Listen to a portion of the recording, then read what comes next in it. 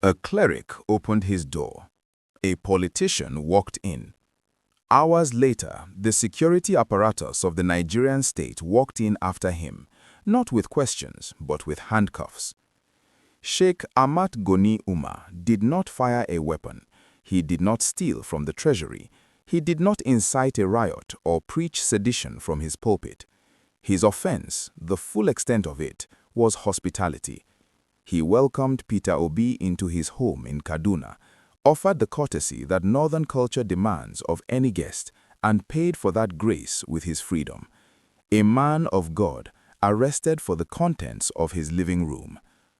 The fly that refuses to listen follows the corpse into the grave. The sheikhs listened to his conscience. The state had other plans. Before we go deeper into what this arrest reveals about the battle already underway for 2027, subscribe now and turn on the notification bell. Here is what the government did not account for. Nigerians saw it coming. Before any arrest was made, social media had already written the next scene. After Obi's Kaduna visit, ordinary citizens began openly warning, Kwankwaso is next. Not analysts, not journalists, ordinary people who have studied this government script so thoroughly they can recite the next line before the actors do. That is not political commentary. That is a population that has memorized the architecture of repression. Note also what happened before the sheikhs was arrested.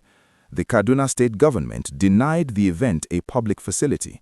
Obi's team, blocked from official ground, moved the gathering into a private home, a cleric's home, and then that home became the crime scene. The sequence is not coincidence, it is choreography. The pattern has a name and it connects every dot. Nasir El-Rufai, once the APC's most formidable northern instrument, the man who delivered the architecture of Tinubu's 2023 ticket, found himself frozen, politically exiled the moment he drifted toward opposition gravity.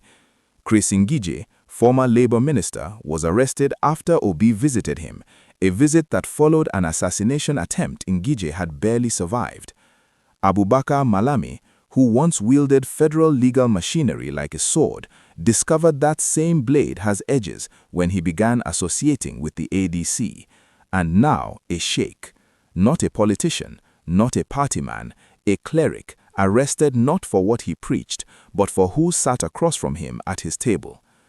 The Labour Party was dismantled from within, factions funded, crises engineered, court cases manufactured like assembly line verdicts.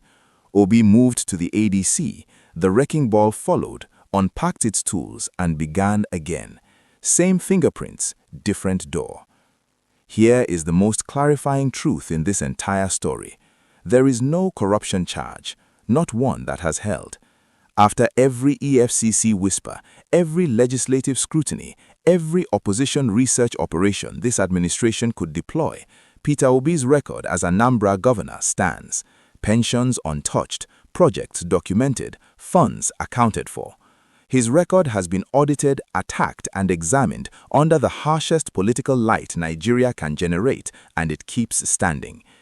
In Nigerian political theater, a credible corruption conviction ends a man cleanly, legally, permanently.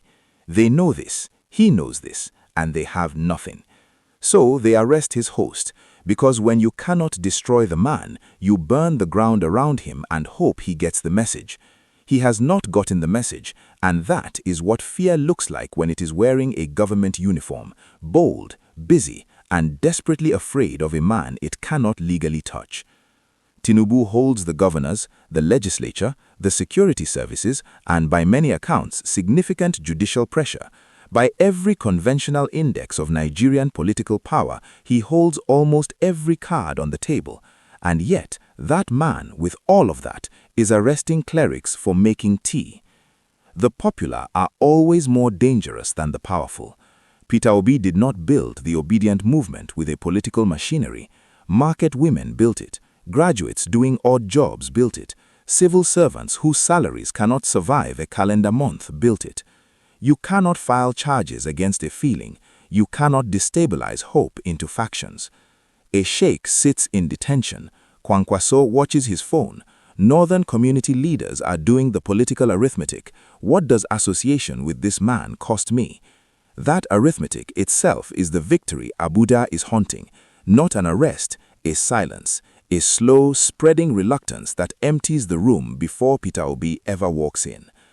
But every aggressive move confirms the narrative his supporters have always held, that the system is afraid precisely because it found nothing, and a system that arrests clerics for hospitality has already told you, more honestly than any manifesto ever could, exactly what it fears.